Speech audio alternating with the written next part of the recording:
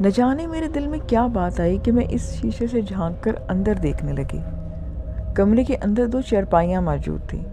پھر میں نے دیکھا کہ کمرے کے اندر ایک آدمی ہے اور وہ ان چارپائیوں کے ارد گرد چکر کاٹ رہا ہے۔ اندر آدمی کو دیکھ کر میں ایک دم سے ڈر گئی۔ میں جلدی سے وہاں سے ہٹی اور اپنی بہن کو بتایا کہ کمرے کے اندر کوئی آدمی ہے۔ میری بہن نے جب یہ سنا تو مجھے ڈانٹا کہ تم لوگ اندر کیوں جھانک رہی ہو، اندر ان کی فیملی ہوگی۔ لیکن میں نے آپ ہی کو بتایا کہ آپ ہی کمرے کو تو باہر سے تالا لگا ہوا ہے، پھر کوئی اندر کیسے ہو سکتا ہے۔ میری آپ ہی نے مجھے کہا کہ وہ لوگ شاید حفاظت کے لیے کسی کو اندر چھوڑ کر گئے ہوں گے، تمہارا کیا لینا دینا، چلو ہم اپنے پورشن میں واپس چلتے ہیں، کسی کے اندر جھانکنا گھر میں ٹھیک بات نہیں۔ اس وقت میرے ذہن و گمان میں بھی نہیں تھا کہ یہ جنات بھی ہو سکتے ہیں۔ میں تو یہی سمجھی تھی کہ شاید اندر کوئی آدمی موجود ہے۔ اور اس دن کے بعد سے ہمارے گھر میں عجیب و غریب قسم کی حرکتیں شروع ہو گئیں۔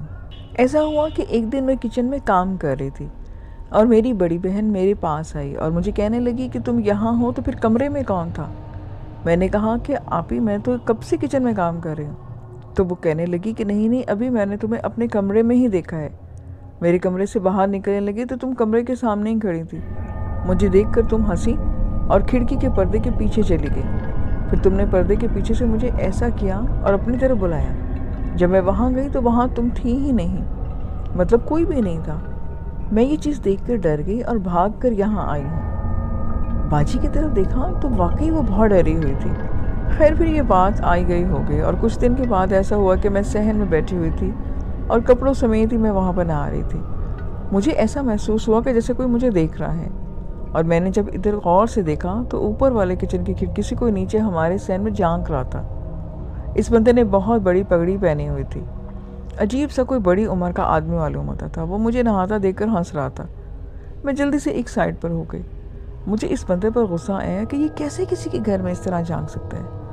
میں یہ بات اپنی امی کو بتائی اور جب امی اوپر والے پورشن میں گئی تو وہاں پر کوئی تھا ہی نہیں۔ یہ بات بھی اسی طرح سے آئی گئی ہو گئی۔ اور کچھ دن کے بعد میری پھوپھی کی نئی شادی ہوئی تھی، وہ اپنے شوہر کے ساتھ ہمارے گھر رہنے کو آئی۔ ان لوگوں کو جلدی اٹھ کر ناشتہ کرنے کی عادت تھی، کیونکہ میں صبح سویرے سب سے پہلے اٹھ کر نماز پڑھتی تھی، اس لیے ناشتہ بنانے کی ڈیوٹی میری ہی تھی، اور میں صبح سویرے اٹھ گئی۔ اس وقت کافی حد تک اندھیرا تھا۔ میں نے وضو کیا اور اس کے بعد اس کھڑکی کے پاس جہاں میری بہن نے اس لڑکی کو غائب ہوتے دیکھا تھا، میں نماز پڑھنے لگ گئی۔ نماز کے دوران بالکل خاموشی تھی۔ مجھے ایسا محسوس ہوا کہ تھوڑی تھوڑی دیر کے بعد کسی عورت کی سسکیوں کی آواز آتی ہے، جیسے کہ کوئی ہلکی آواز میں رو رہا ہو۔ تھوڑی دیر تک مجھے ایسا لگا کہ جیسے یہ سب میرا وہم ہے، لیکن پھر وہ آواز بڑھتی ہی چلی گئی اور پہلے سے زیادہ اونچی ہو گئی۔ اب نماز کے دوران میں شدید ڈر چکی تھی، لیکن پھر مجھے خیال آیا کہ میں وضو ہوں اور جائے نماز پہ ہوں، میرا کوئی کیسے بگاڑ سکتا ہے۔ اس بات سے مجھے تھوڑا سا حوصلہ ملا، تو میں نے اپنی نماز کمپلیٹ کی، اور نماز کمپلیٹ کرنے کے بعد میں ادھر ادھر دیکھا تو وہاں کوئی بھی موجود نہیں تھا۔ اگلے دن ہماری پھپھو جو ہمارے گھر رہنے آئی ہوئی تھی، وہ اپنے گھر واپس چلی گئی، اور 2 دن کے بعد ہم لوگوں کو پتہ چلا کہ پھپھو شدید بیمار ہے اور ہاسپٹل میں ایڈمٹ ہے۔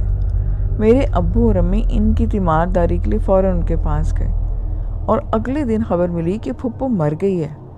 یہ خبر ہم سب کے لیے بہت حیران کن تھی، کیونکہ ابھی 2 دن پہلے تو وہ بالکل ٹھیک ٹھاک ہمارے گھر سے گئی تھی، اور اب اچانک ان کی موت ہو گئی۔ پھر کچھ دن کے بعد ایک اور واقعہ ہو گیا۔ ہوا کچھ یوں کہ ہم سب لوگ امی کے ساتھ بازار شاپنگ کرنے گئے تھے۔ گھر میں میری آپی اکیلی تھی اور وہ مغرب کا وقت تھا۔ آپی نے وضو کیا اور جائے نماز بچھا کر وہ نماز پڑھنا شروع ہو گئی۔ نماز کے بیچ میں اس نے دیکھا کہ کچھ سائے اس کے ارد گرد حرکت کر رہے ہیں، لیکن تھوڑی دیر بعد اس کو نظر آیا کہ کچھ بچے اس کے ساتھ بیٹھ کر کھیل کود رہے ہیں، اور ایک آدمی اور ایک عورت بھی اس کمرے میں موجود ہے۔ آپی نے جیسے تیسے نماز مکمل کی، لیکن جب سلام پھیرا تو وہاں کمرے میں کوئی موجود نہیں تھا۔ جب ہم سب لوگ شاپنگ سے واپس آئے تو آپی کو بہت تیز بخار ہو گیا تھا۔ آپی نے وہ ساری بات امی اور ہمیں بتائی، تو امی نے اسے خاموش رہنے کو کہا۔ امی نے اس کو دم کیا اور اس کے بعد اس کی طبیعت کچھ ٹھیک ہو گئی۔ پھر کچھ دن کے بعد ایسا ہوا کہ میری آپی کا شوہر اسے لینے کے لیے ہمارے گھر آ گیا۔ رات کو میری آپی کے شوہر نے دیکھا کہ صحن میں کوئی عورت گھوم رہی ہے۔ وہ اٹھ کر باہر گیا تو صحن میں کوئی بھی نہ تھا۔ اس نے آ کر باجی سے پوچھا کہ صحن میں عورت کون تھی؟ میں باہر نکلا تو وہاں کوئی بھی نہ تھا۔ تو باجی نے کہا کہ تم آرام سے سو جاؤ، وہ کوئی بھی نہیں تھی، تمہارا وہم ہوگا۔ تھوڑی دیر کے بعد کسی نے باجی کا پہنا ہوا کمبل اتار دیا۔ وہ میری باجی اٹھی تو کوئی بھی نہ تھا۔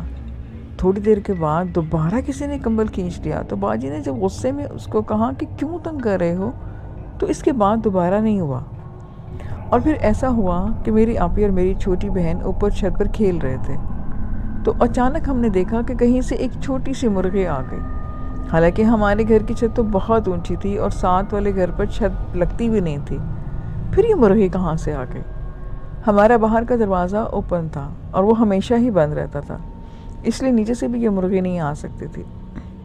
ہماری چھوٹی بہن اس مرغی کو پکڑنے کے لیے اس کے پیچھے دوڑ پڑی۔ چھوٹی بہت تیز بھاگ رہی تھی، لیکن وہ مرغی تھی کہ اس کے ہاتھ نہیں آ رہی تھی۔ وہ دوڑتے دوڑتے سیڑھیوں سے نیچے اترنے کی تو میں اور باجی بھاگ کر چھوٹی کے پیچھے گئے، کہیں اس کو کچھ ہو ہی نہ جائے۔ وہ مرغی دوڑ کر پٹھانوں والے گھر میں گھس گئی۔ پٹھانوں والے گھر کے اندر ایک صحن تھا اور وہاں پہ ایک کچن تھا۔ یہ کچن بھی بہت عجیب سا ہی تھا، مٹی سے بنا ہوا ایک چھوٹا سا کمرہ تھا جس کے اندر صرف ایک مٹی کا چولہا ہوا کرتا تھا۔ چولہے کے بالکل سامنے والی دیوار کے اندر ایک بڑا سا سوراخ تھا جس کے اندر ایک چھوٹا سا بچہ آسانی سے گھس سکتا تھا۔ وہ مرغی بھاگ کر اس کچن میں گئی اور جا کر اس سوراخ کے اندر چلی گئی۔ چھوٹی بھی اس کو پکڑنے گئی اور سوراخ کے اندر گھسنے لگ گئی۔ تبھی بڑی باجی نے پیچھے سے اس کو چھوٹی کو پکڑ لیا اور ہم لوگ جلدی جلدی کچن سے باہر نکل آئے۔ باہر آ کر باجی نے مجھے بتایا کہ مجھے ایسا محسوس ہوا کہ جیسے کسی نے مجھے پکڑ کر کچن سے باہر دھکا دیا ہو۔ ہم لوگ اس وقت وہاں سے اپنے والے پورشن میں واپس آ گئے۔ وہ مرغی کہاں سے آئی تھی اور پھر کہاں غائب ہو گئی کوئی پتہ نہیں چل سکا، اور اس کے بعد وہ دوبارہ ہمیں کبھی دکھی بھی نہیں۔ میں آپ لوگوں کو ایک بات بتاتی چلوں کہ میری امی کے ساتھ بھی کچھ جنات ٹائپ چیزیں ہیں، وہ اکثر ان کے اندر حاضری دیا کرتے ہیں۔ وہ جن بچپن سے ہی امی کے ساتھ تھا اور ہم لوگوں سے بھی اکثر باتیں کیا کرتا، تو ہم لوگ اس سے اٹیچ ہو گئے تھے اور اس سے بالکل بھی ڈر نہیں لگتا تھا۔ وہ جن صرف جمعرات والے دن ہی امی کے اندر حاضری دیا کرتا، لیکن اب جب سے یہ حالات ہو رہے تھے تو وہ جن اکثر ہی امی کے اندر حاضری دیتا۔ ہم دیکھتے تھے کہ امی اکثر جلال میں ہوتی ہیں اور صحن میں گھومتے ہوئے اوپر والی چھت کی طرف دیکھتی رہتی اور ساتھ ہی ایک انگلی سے آسمان کی طرف اشارہ کرتی رہتی ہیں، جیسے کسی کو کہہ رہی ہوں کہ تم لوگوں نے اوپر ہی رہنا ہے، نیچے نہیں آنا۔ ہم سب گھر والوں کو اوپر سے بعض اوقات آوازیں سنائی دیتی تھی، جیسے پٹھان عورت کی آواز دے رہی ہو اور ہمیں بلا رہی ہو۔ ہم سب بہن بھائی ایک دم سے سہم جاتے اور کوئی بھی جواب نہیں دیتے۔ ایک دن ایسا ہوا کہ اوپر والے پورشن سے آوازیں آ رہی تھیں، باجی باجی سن لو بھی۔ ہم سب بہنیں اپنی امی کے ساتھ بیٹھے سبزی بنا رہی تھی۔ امی بھی یہ آواز سن رہی تھی لیکن وہ خاموش تھی۔ جب کافی دیر آواز آتی رہی تو ہم نے امی سے کہا کہ امی سن بھی لیں، آخر یہ عورت آپ کو کیا کہنا چاہتی ہے؟ پھر امی بہت غصے میں اٹھی اور بولی کہ آج اس کی بھی سن لیتی ہوں، اور صحن میں جا کر اوپر کی طرف منہ کر کے زور سے بولی، ہاں بتاؤ تم کو کیا تکلیف ہے؟ لیکن اوپر سے کوئی جواب نہ آیا۔ جب ہماری ہمسائی کو پتہ چلا کہ میری امی تعویذ وغیرہ اور دم درود کرتی ہیں تو وہ ہمارے گھر آئی اور روتے روتے میری امی کو کہنے لگ گئی کہ میری چھوٹی بیٹی ہے جو پہلے سے بہت خوش رہتی تھی، لیکن آج کل اس کا رویہ بہت تبدیل ہو چکا ہے۔ وہ ہر وقت خاموش رہتی ہے اور اگر کبھی بولتی بھی ہے تو لڑنا جھگڑنا چیخنا شروع کر دیتی ہے۔ اس کو دورے بھی پڑتے ہیں اور اس کے ہاتھ پاؤں مڑ جاتے ہیں۔ تھوڑی دیر کے بعد وہ خود ہی ٹھیک ہو جاتی۔ دورے کے دوران وہ عجیب غریب باتیں کرتی اور اس کی آواز بھی بھاری ہو جاتی۔ اکثر اس کے جسم پر مار کے نشان ہوتے۔ ہم لوگ بہت سے ڈاکٹرز کو دکھا چکے ہیں لیکن میری بیٹی ٹھیک ہی نہیں ہو رہی۔ میری امی نے اس لڑکی کو اپنے سامنے بٹھا دیا اور اس کے دونوں ہاتھوں کو اپنے ہاتھ میں پکڑا اور پھر اس کے انگوٹھوں کو اپنے انگوٹھے میں دبانے لگ گئی۔ امی نے اس لڑکی کو اپنی آنکھیں بند کرنے کو بولا۔ لڑکی تھوڑی دیر تک وہ آرام سے بیٹھی رہی لیکن پھر سے اس نے چیخنا چلانا شروع کر دیا۔ اس کی آواز میں کسی اور کی آوازیں آنے لگیں، یعنی اس لڑکی میں جنات کی حاضری ہو چکی تھی۔ پھر امی نے اپنا انگوٹھا اس کے ماتھے پر رکھا اور ماتھے پر پریشر ڈال کے لڑکی کی آنکھوں میں دیکھتے ہوئے کہا۔ میں نے جب اپنی امی کی طرف دیکھا تو امی کی آنکھیں بالکل لال سرخ ہو چکی تھیں اور ان کے چہرے پر غصہ تھا۔ تھوڑی دیر کے بعد انہوں نے اس لڑکی کو امی نے بتایا کہ تمہاری بیٹی پر ایک چڑیل کا سایہ ہے اور وہ اس کو بہت تنگ کرتی ہے اور یہ اتنی آسانی سے چھوڑ کر نہیں جانے والی۔ امی نے ایک دم کیا اور پینے کے لیے دم والا پانی بھی دیا۔ امی نے کہا کہ 7 جمعراتوں تک تم لڑکی کو میرے پاس لے کر آنا، اس کے بعد یہ بالکل ٹھیک ہو جائے گی۔ امی کے علاج کے بعد رفتہ رفتہ اس لڑکی کی حالت پہلے سے بہتر ہونے لگ گئی، لیکن پھر اچانک یہ ہمارے گھر میں سب کچھ ہونے لگا جو آج سے پہلے کبھی نہیں ہوا تھا۔ ہمارے گھر میں چھوٹی چھوٹی باتوں پر جھگڑا ہونا روٹین کی بات بن گئی۔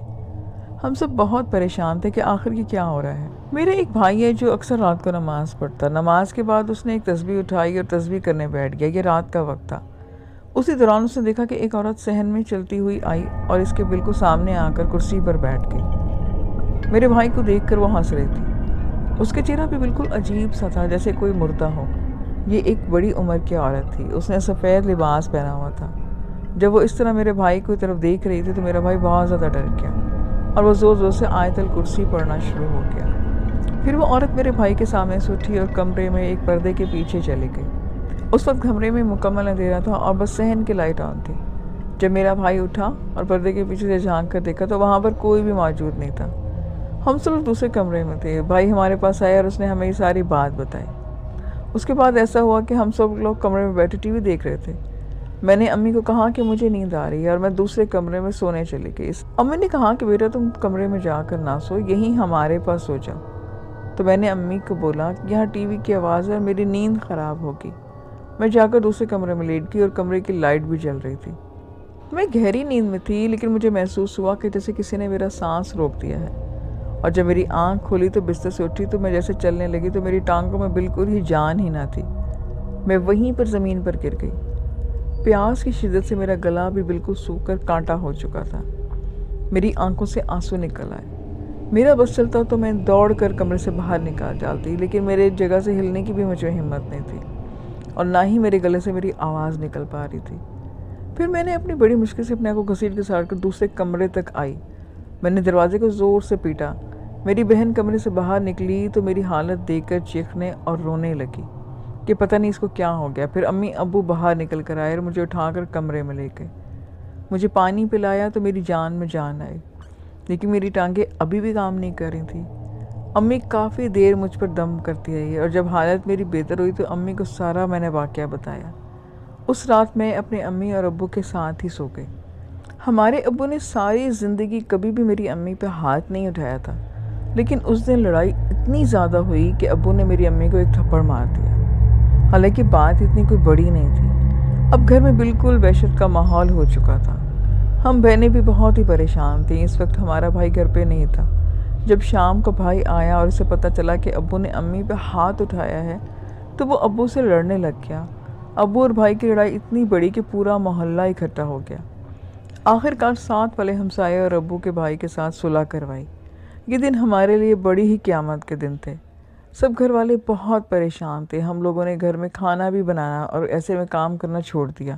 ہم اس دن بھوکے ہی سو گئے۔ اگلے دن امی کے اندر اس جن کی حاضری ہوئی۔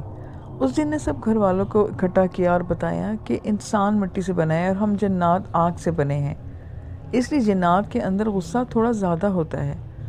ہم تمہاری امی کے اندر حاضر ہوتے ہیں، اس لیے ان کا رویہ بھی تھوڑا غصے والا ہو جاتا ہے، اور اس گھر میں جو جنات ہیں وہ مسلمان نہیں ہیں اور تم لوگوں کی آپس میں لڑائی کرانا چاہتے ہیں، کیونکہ ہماری وجہ سے وہ لوگ تم لوگوں کو ڈائریکٹ نقصان نہیں پہنچا سکتے، لیکن وہ تمہارے دماغ میں ایسی باتیں ڈالتے ہیں تاکہ تم آپس میں لڑتے جھگڑتے رہو اور ایک دوسرے کا سکون برباد کر کے رکھو۔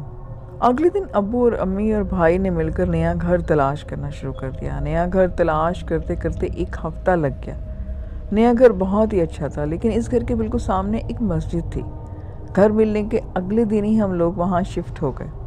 اس گھر میں شفٹ ہونے کے بعد بھی امی اس لڑکی کا علاج کرتی رہی اور کچھ عرصے بعد وہ لڑکی تو بالکل ٹھیک ہو گئی۔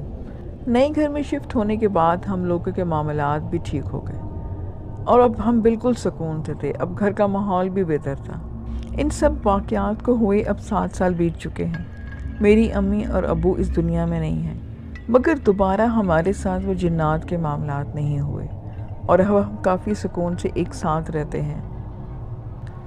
لسنس، یہ آج کی سٹوری تھی۔ آئی ہوپ کہ آپ کو اچھی لگی ہوں گی۔ مجھے اپنا فیڈ بیک ضرور دیں۔ پھر نیکسٹ ویڈیو میں ملیں گے نیو سٹوریز کے ساتھ۔ اپنا خیال رکھیے گا۔ خدا حافظ۔